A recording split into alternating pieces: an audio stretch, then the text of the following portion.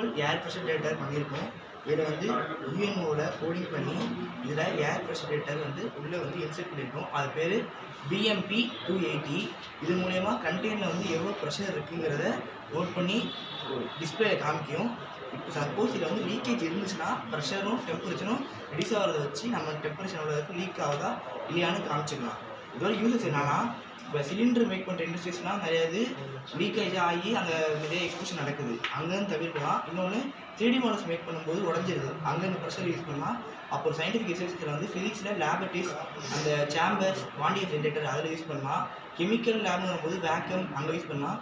ஸ்பேஸுக்கு போகும்போது அந்த ஸ்பேஸ் ஏர்கிராஃப்டில் வந்து ப்ரெஷர் எங்கேயாவது மெயின்டைன் ஆகுதா இல்லையா, எங்கேயாவது கிராஃப்டாக வந்து லீக்கேஜ் இருக்கான்னு அங்கே யூஸ் பண்ணலாம். இன்னொன்று வந்து ஃபுட் ப்ரிசர்வேஷன்லேயே நம்ம பார்த்துக்கலாம். இது மூலயமா ஆல்ரவுண்டிங் எல்லா இண்டஸ்ட்ரீஸுமே பண்ண முடியும். முக்கியமாக கேஸ் லீக்கேஜில் வந்து இது ரொம்ப மெயின் ரோல் ப்ளே பண்ணும்.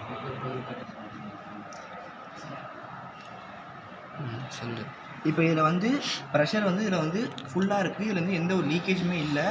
இதில் வந்து ஃபுல் ப்ரெஷர் டெம்பரேச்சர் கான்ஸ்டண்ட்டாக பார்க்குது. சப்போஸ் எனி லீக்கேஜ் இருந்துச்சுன்னா ப்ரெஷர் குறையும்.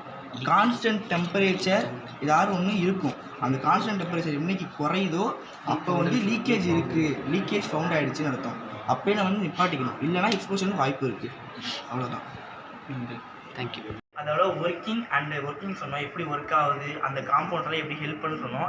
இப்போ வந்து அதோட அப்ளிகேஷன் சொல்கிறோம். இப்போ அதில் வந்து BMP 280 வந்து அந்த அப்ளிகேஷன் இருக்கிறதுனால அது டெம்பரேச்சர் ப்ரெஷரை வந்து கான்ஸ்டண்ட்டாக இருக்கா இல்லை குறையுதா ஏதான்னு டெக்ட் பண்ணுற கெப்பாசிட்டி இருக்குது. அது மூலயமா ஃபுட் ப்ரிசர்வேஷனில் ரொம்ப மெயின்ஸாக இருக்கும். இந்த ஃபேக்ட்ரிஸஸ்லாம் வந்து சில இதில் பேக்கேஜ் பண்ணும்போது ப்ரெஷர் கம்மியாகிறதுனால நிறையா லீக்கேஜஸ் ஏற்பட்டு அந்த ஃபுட்ஸ்லாம் வந்து ரொம்ப கெட்டு போகும். ஊசி அடைகிறது அதெல்லாம் கெட்டு போகிறதுனால ஃபுட் பேக்கேஜிங் யூனிட்ஸ்லாம் ரொம்ப வந்து பாதிப்படையும். இதனால் பெரிய லாஸும் கம்பெனி பாதிப்பு இருக்குது. இன்னொன்று LPG கேஸஸில் வந்து அது சிலிண்டர் தயாரிக்கும் போது அந்த சிலிண்டரில் வந்து சில லீக்கேஜஸ் இல்லை வந்து ஏதாவது ஒரு ஹோலி மூலியமாக அந்த கேஸ் ரிலீஸ் ஆகி அந்த இண்டஸ்ட்ரி வெடிக்க வாய்ப்பு இருக்குது.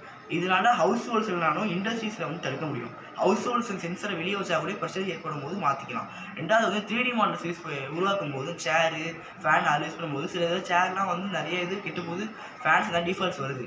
அது மூலியமாக ப்ரெஷரை இதே பண்ணலாம். முக்கியமாக சயின்டிஃபிக் எக்ஸ்பெரிமெண்ட்ஸில் ப்ராக்டிக்கல் கெமிஸ்ட்ரி ஃபிசிக்ஸ் லேப்ஸ் எல்லாத்துலேயுமே வந்து ப்ரெஷர் ரொம்ப மெயின் ரோலை ப்ளே பண்ணும். அதில் வந்து கெமிஸ்ட்ரி ஃபிசிக்ஸில் ரொம்ப டெம்பரேச்சர் அண்டு என்விரான்மெண்ட் ரொம்ப முக்கியம். இதில் வந்து ப்ரெஷர் ஏறினாவோ குறைஞ்சாவோ நல்லா லீக்கனாலோ பிரேக் பண்ணி கொடுத்துரும். அதனால் மோஸ்ட் ஆஃப் த எக்ஸ்பெரிமெண்ட்ஸில் நம்ம வந்து கண்டுபிடிக்கலாம்.